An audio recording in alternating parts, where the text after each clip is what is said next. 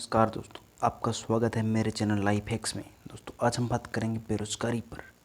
जो बेरोजगारी और निजीकरण जो देश में हो रहा है उसके बारे में। तो दोस्तों सबसे पहले लाइफ हैक्स चैनल को सब्सक्राइब करें और इस चैनल पर आपको हर दिन के से संबंधित टॉपिक के बारे में रोज़ाना एक वीडियो मिलेगी। तो दोस्तों लाइफ हैक्स चैनल को सब्सक्राइब करें, बेल आइकन का बटन जरूर दबाएँ। दोस्तों मैं सबसे पहले उन्हें महानुभावों को सलाम करना हूँ जो निजीकरण के समर्थन में आए हैं। दोस्तों अगर निजीकरण इतना ही अच्छा है तो फिर सरकार से प्राइवेट कंपनियां खरीद क्यों रही है? अगर प्राइवेट कंपनियां और निजीकरण जो सरकारी कंपनियां वो घाटे में चल रही है तो फिर वो सरकार प्राइवेट लोग जिन्हें खरीद क्यों रहे हैं? ABC उन लोगों का मैं नाम नहीं लेना चाहता, क्योंकि मेरे चैनल पर मैं किसी भी ऐसे व्यक्ति का नाम नहीं लूँगा जो निजीकरण के समर्थन में आया है। दूसरी तरफ अगर निजीकरण घाटे में है तो वो खरीद क्यों रहे हैं? अगर बेनिफिट में है तो सरकार उन्हें बेच क्यों रही है? दोस्तों समझ से परे। कुछ दोस्त मुझे मिले निजीकरण के फ़ायदे गिनाने। एक मिला, बोला निजीकरण में ये होगा वो होगा, निजीकरण से ट्रेनें टाइम पे चलेंगी वो चलेंगी। आधे घंटे 1 घंटे उसने मेरे साथ बातें की। बाद में जाते जाते समय बोला, भाई सब लड़की का रिश्ता ढूंढना है, कोई गवर्नमेंट जॉब लगा हुआ लड़का हो तो बताना। तो सब आप निजीकरण का विरोध नहीं कर रहे तो निजीकरण में लगे हुए लोगों को भी अपना लीजिए।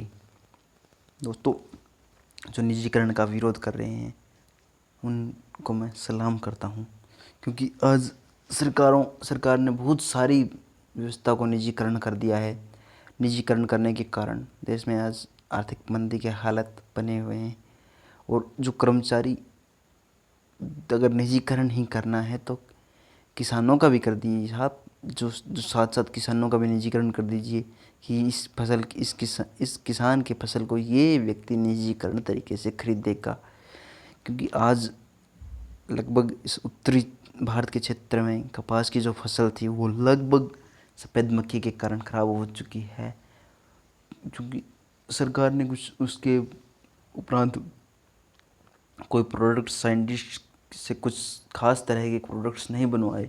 मैं सीधा सीधा सरकार से कहना चाहता हूँ कि उन किसानों को खास मदद की जाए जिनके खाते से आपने बिना बताए एक मुश्त किस्त काट ली। अब उन किसानों को कहा जा रहा है कि आप अपना वो करवाइए।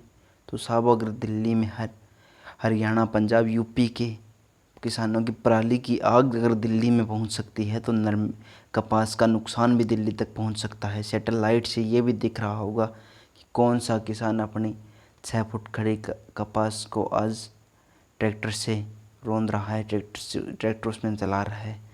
बेटे के समान पाली हुई फसल को आज किसान किस तरह से काट रहा है वो हमें भी पता है। दोस्तों सरकार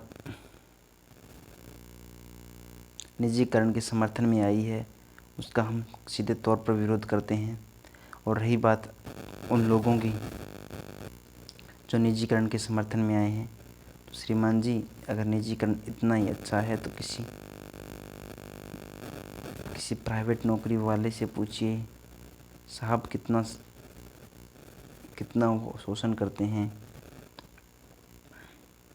और दोस्तों सबसे पहले मैं आपसे ये कहना चाहता हूँ कि निजीकरण के कारण देश में बड़ा आर्थिक मंदी आएगी, रोजगार की समस्या और होगी।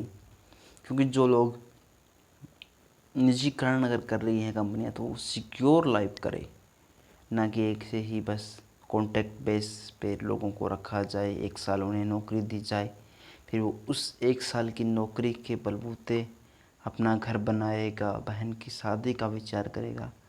लेकिन दोस्तों जब ये 1 साल की नौकरी चली जाएगी तो व्यक्ति के ऊपर क्या टूटेगी? दोस्तों सबसे बड़ी बात मैं सरकार से कहना चाहता हूँ कि सिर्फ किसानों पर ध्यान दो।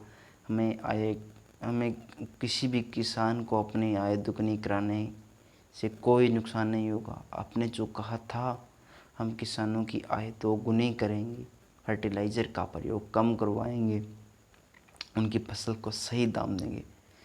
साहब किसानों से मैंने बात की है, लोकल किसानों से, गांव के किसानों से, यूट्यूब वाले और जो राजनीतिक पार्टी के किसान मोर्चा के अध्यक्ष बने बैठे हैं आज देश में कुछ चंद बड़ी राजनीतिक पार्टियां, जो 6 राजनीतिक पार्टियों के किसान मोर्चा के अध्यक्षों से बात करिए आप दोस्त साहब, वो ये नहीं कहेंगे कहाँ क्योंकि वो एक बड़े राजनीतिक घराने से आते हैं और उनको थोड़ा सा गांव की पृष्ठभूमि के कारण किसान मोर्चा का अध्यक्ष बना दिया गया है। सभी राजनीतिक पार्टियों के लोगों से मेरी एक अपील है, सिर्फ किसान मोर्चा के अध्यक्षों को, किसानों के बेटों को, किसानों को ही बनाइए साहब। इस तरह से तो हम बिन बिके ही देश गुलाम होता जा रहा है। और दोस्तों सबसे बड़ी बात मैं आपसे कहना चाहता हूँ, मैंने किसानों से बात की, उन्होंने ये की बात की, साहब हमें कर्ज माफ़ी नहीं चाहिए, हमें हमारी फसल का सही कर्ज दे दो, हमें कर्ज माफ़ी नहीं चाहिए। हम किसी के एहसानों तले दबने वाले नहीं हैं। कोरोना में भी किसानों ने देश का पेट भरा है। तो सिर्फ और सिर्फ एक ही अपील है, किसानों की फसल का सही मुआवजा, सही हक दे दीजिए साहब। मालिया, नीरव मोदी जैसे अगर भाग जाएंगे फिर भी देश के किसान नहीं भागेगा। Thank you for watching life hacks. सबसे पहले लाइफ हैक्स चैनल को सब्सक्राइब करें, बेल आइकन का बटन जरूर दबाएं। Thank you.